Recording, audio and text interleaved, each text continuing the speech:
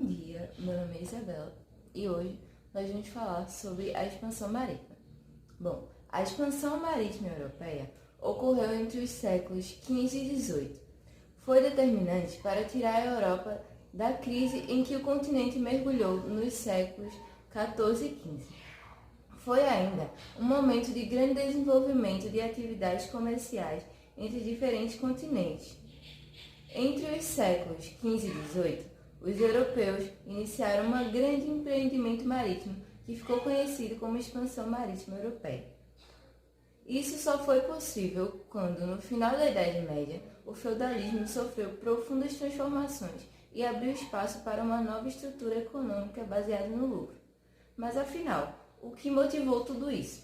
Bom, vários motivos, mas o primeiro motivo que levou os portugueses ao empreendimento das grandes navegações foi a progressiva participação lusitana no comercial europeu no século XV.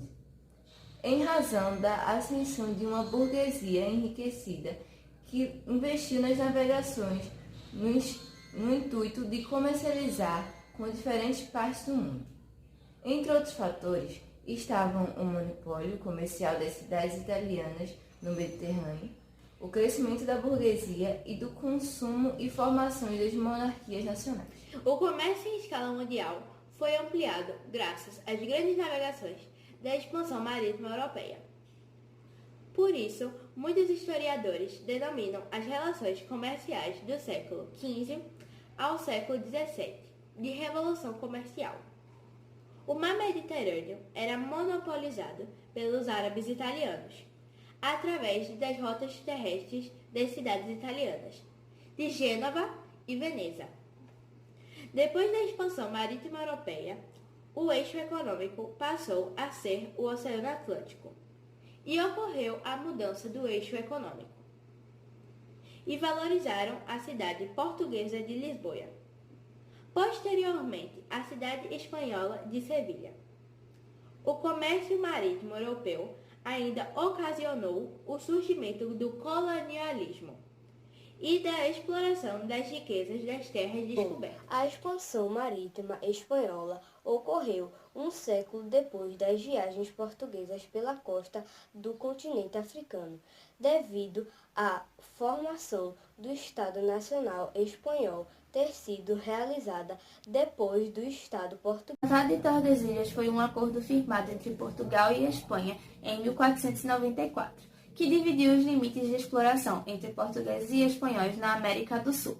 O objetivo do Tratado de Tordesilhas era pacificar a disputa entre Portugal e Espanha pelo domínio das terras encontradas no Atlântico Sul e estabelecer um limite entre os dois reinos para a exploração da América. Porém, anexou Portugal à sua monarquia, instituindo a União Ibérica, que teve início em 1580 e se deu o fim em 1640. Como os reinos estavam unidos, não fazia mais sentido haver uma linha dividindo suas posses. Os portugueses puderam, então, organizar expedições para o interior do Brasil, no intuito de encontrar metais preciosos. Mas, como em qualquer situação, toda ação tem sua consequência, e a principal consequência do tratado foi a pacificação entre portugueses e espanhóis ao desmarcar uma linha divisória limitando suas posses na América.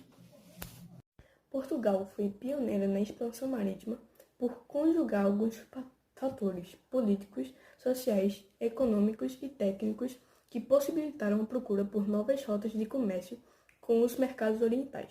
Além disso, sua posição geográfica privilegiada no continente europeu facilitava o acesso ao Oceano Atlântico, um espaço marítimo desconhecido pela maioria dos demais povos europeus. A grandiosidade da expansão marítima portuguesa resultou inclusive na produção de um dos maiores poemas épicos da Idade Moderna, os Lusíadas, escrito por Luís Vaz de Camões, para retratar a saga de Vasco da Gama até chegar à cidade indiana de Calicut, em 1498. Desde o início do lançamento ao Atlântico até a chegada à Índia, foi necessário quase um século de expedições marítimas pela costa africana.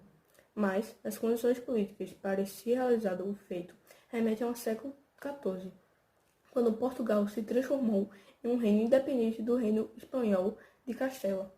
Tal independência aconteceu com a Revolução de Avis, ocorrida entre 1383 e 1385, quando Dom João I liderou as tropas portuguesas contra o rei Dom Fernando I de Castela, representante herdeiro da dinastia de Borgonha.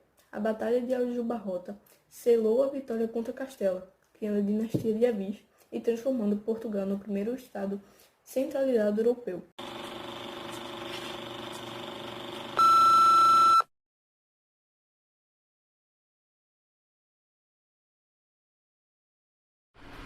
Bom dia, boa tarde, boa noite. Meu nome é Luiz Xavier e sou do jornal EAPC News. Estou aqui para falar sobre a expansão marítima portuguesa. Essa centralização estava ligada à supremacia do rei sobre os demais senhores feudais. E no caso de Portugal, isso foi conseguido com o apoio da burguesia mercantil portuguesa. Essa burguesia estava se consolidando no comércio da região desde a Terceira Cruzada, sendo que Lisboa havia se transformado em um importante entreposto comercial entre o Mediterrâneo e o Mar do Norte, gerando um afluxo muito grande de recursos financeiros à burguesia local. Esta burguesia estava ainda interessada no comércio de especiarias com o Oriente, devido aos enormes lucros que esse comércio proporcionava. Esse enriquecimento possibilitou ao reino uma maior arrecadação de impostos e a utilização desses recursos financeiros no investimento do desenvolvimento técnico necessário para a navegação em alto mar. O infante português Dom Henrique reuniu em Sagres, no sul de Portugal, uma série de renomados cartógrafos, cosmógrafos e navegadores com o objetivo de encontrar formas de realizar a chegada à Índia, contornando o continente africano. O resultado foi a elaboração de mapas que iriam orientar as viagens, a criação de novas embarcações como as caravelas e o aperfeiçoamento de instrumentos de navegação, como a bússola e o astrolábio. O primeiro local conquistado foi Celta, em 1415. A partir daí, os navegadores portugueses foram conquistando territórios ao longo da costa africana, em direção ao sul, formando feitorias que consistem em fortalezas contra os inimigos e entrepostos comerciais, onde muitos produtos africanos eram adquiridos para serem vendidos na Europa. Com os lucros conseguidos com essas vendas, era possível continuar o financiamento das aventuras marítimas.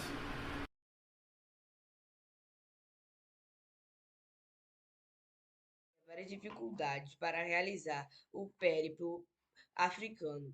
O contorno do continente pelo sul para chegar ao Oriente, uma das dificuldades para ultrapassar o Cabo Bojador, próximo ao Trópico de Capricórnio, o que foi realizado após 15 tentativas por Gil Eanes, em 1434.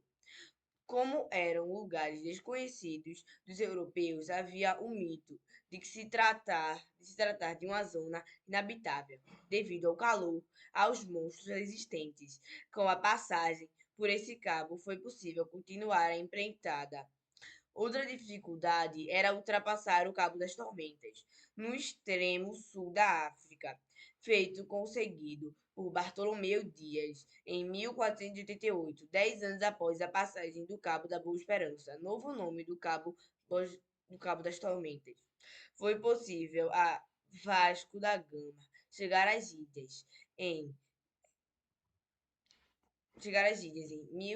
1498, realizando o périplo africano e abrindo uma nova rota marítima para o Oriente. Da Gama, a chegar às Índias, os lucros foram fabulosos, o que estimou novas expedições. A Gama foi Pedro Álvares. Expedições posteriores a Vasco da Gama foi a de Pedro Álvares Cabral, que além de chegar novamente às Índias, deveria antes tentar encontrar novas terras no ocidente do Oceano Atlântico. Com esse objetivo, em 1500, Cabral desembarcou no litoral do que seria futuramente o Brasil, além das feitorias do território na África e no Brasil. O Império Português conseguiu conquistar terras ao longo do litoral do Oceano Índico-Pacífico, chegando até o Japão. O pioneirismo português nas navegações se mostrou extremamente eficiente nos séculos XV e XVI.